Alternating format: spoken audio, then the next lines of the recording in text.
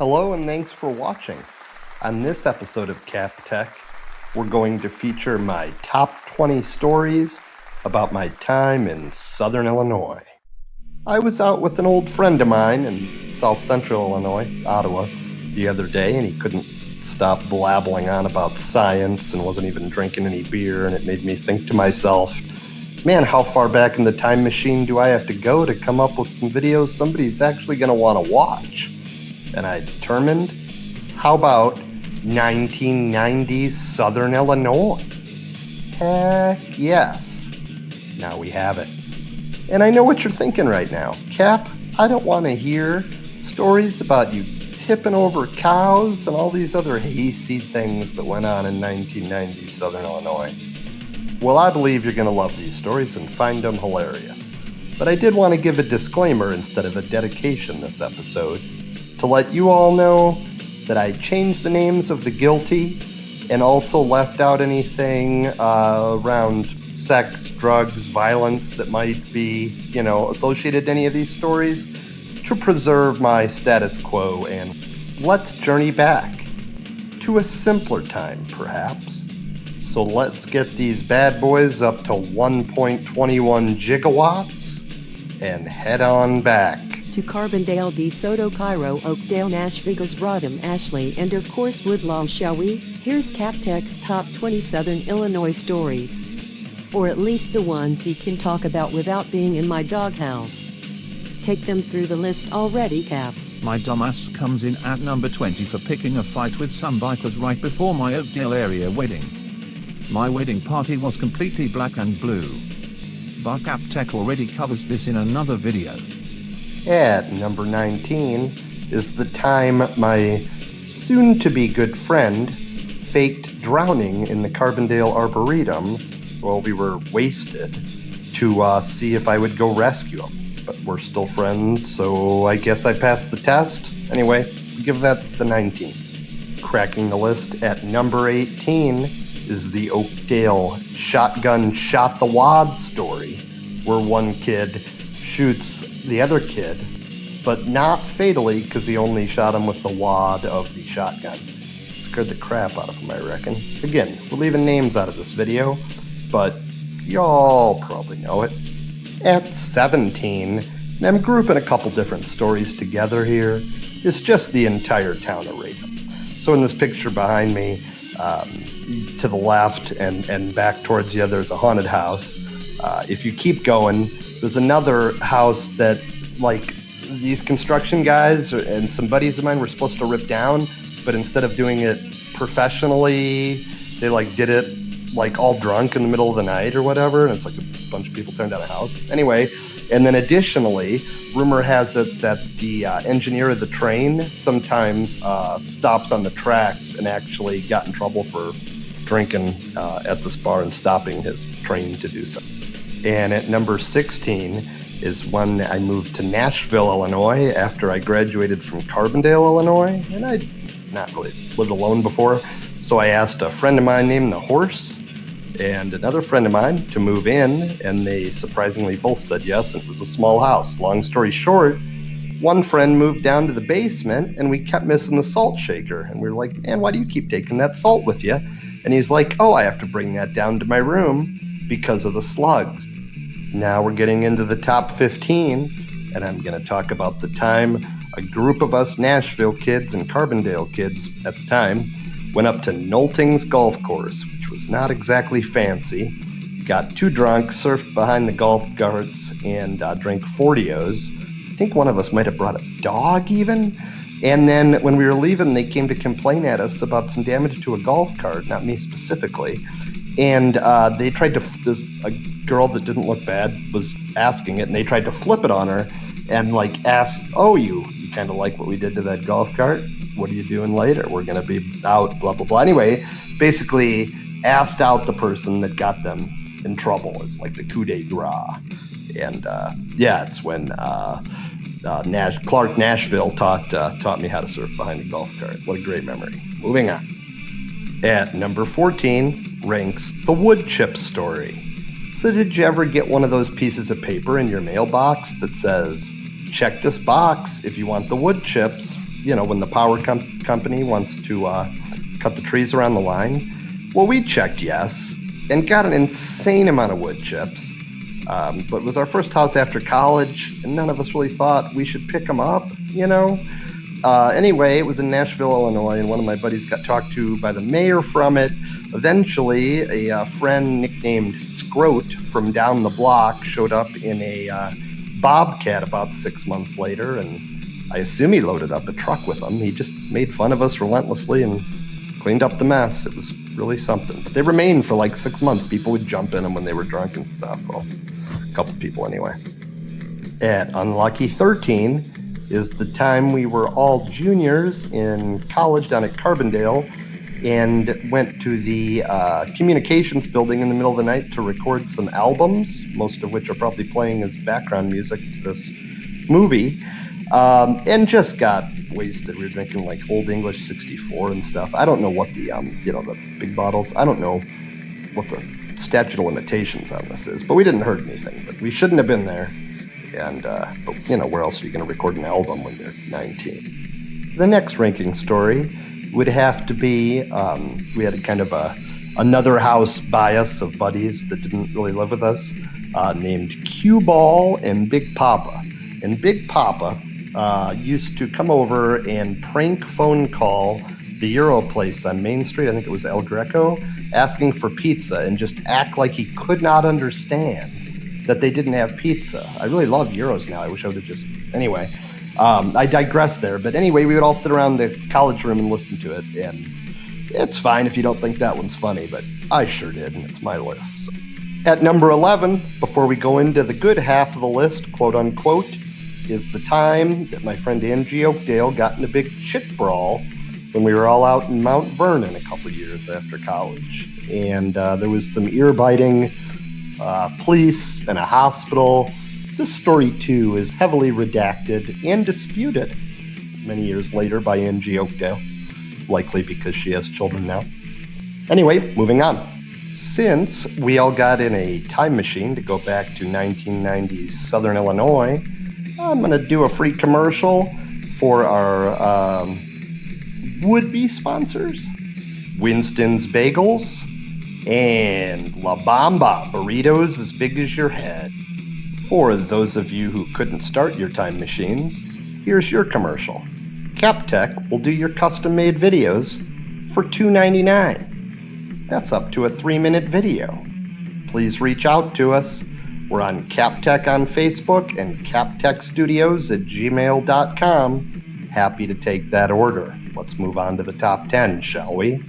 Coming in at number 10 is the time that a firecracker war broke out in our neighborhood, and we were pushing each other in shopping carts designed like battle tanks. There were people lighting Roman candles. I don't believe anybody was hurt. It was totally a stupid thing to do, but it stretched to like multiple houses. It looked like some war was going on right there off Elm Street in Carbondale. It was crazy and a blast, I hate to admit. Coming in at number 8, my group of friends, like a lot of people, rented from what would be described as a less than perfectly reputable Carbondale landlord back then. I'm not going to mention the name, of course, but anyway, we got a letter saying that they wanted some money for deposit, and we were a bit offended because near the end we had like 12 chipmunks living in these homemade stages that we built in the basement. So we wrote them a letter stating like how they owed us money. Anyway, I've been a landlord since and somewhat regret this, but nevertheless, it was a fun story, although I don't believe we did receive a response. To give you a little more context, we were probably that house on the Carbondale block that never cut the grass till we got a sign. And one time, my roommate Horse broke a TV out in the front yard, and he left it there. And when this landlord asked us, "You guys ever going to clean the TV?" When she's trying to show the house to next year's problem, we just looked at her, or Horse just looked at her and said, "What TV?" Anyway, fun times. We had this other college roommate, and if we're calling you drunk, I mean, it's an issue. Anyway, we'll call him Costanza for the, for nickname purposes here. But he would get so drunk they would taunt him at the liquor store, and he'd try to buy a sixer, and they'd say, "Why you only buying a sixer?" Well, this didn't end well, because one morning a fraternity house had been lit on fire, and I woke up to the fire chief right outside my bedroom in the living room of our college house, interviewing this guy on if he burned down the frat house or not, which he never did get in trouble for as far as I know, and I didn't see anything, but it just seemed like he got so drunk that nobody would really know, so who knows. At number 7, and I don't mind using their real names because they're kind of famous anyway, after college we went back to the Hales boys' house. They had legendary parties. I was lucky to even be invited. But the one time I even got back there, the first time I should say, not the one time, they started fighting each other and also tried to convince us there was this two-headed rat, which there may or may not have been, but it was a phenomenal night.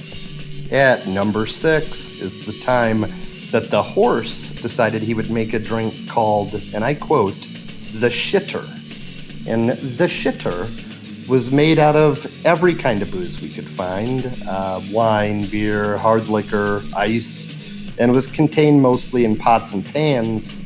Yeah, it was bad. Anyway, we had a closet-sized room there, and one roommate was, getting ready to come down, and when he got there with his folks, and I always felt kind of bad about this part, not only did he get to see the shitter, its aftermath, quote unquote, but then we showed him the room, like, here's this room. It's the size of a closet. Ironically, that room was eventually rented by someone nicknamed The Plum. We did not scare him away with the shitter. And the Plum went on to, snag one of the girls we liked. So, I don't know. Karma, maybe. Moving on. Starting the top 5 is the night we all went to a hunt club outside of Nashville, Illinois. And I didn't light it, but there was a giant tire fire going on, and everybody just partied there. And then we all went back to Angie Oakdale's house, and I should probably just use his initials. He's probably an upstanding citizen now.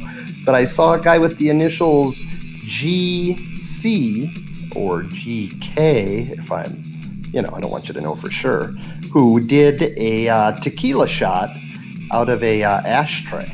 So haven't seen that one before or since, but between tire fire and a tequila shot of an ashtray, it made my top 5.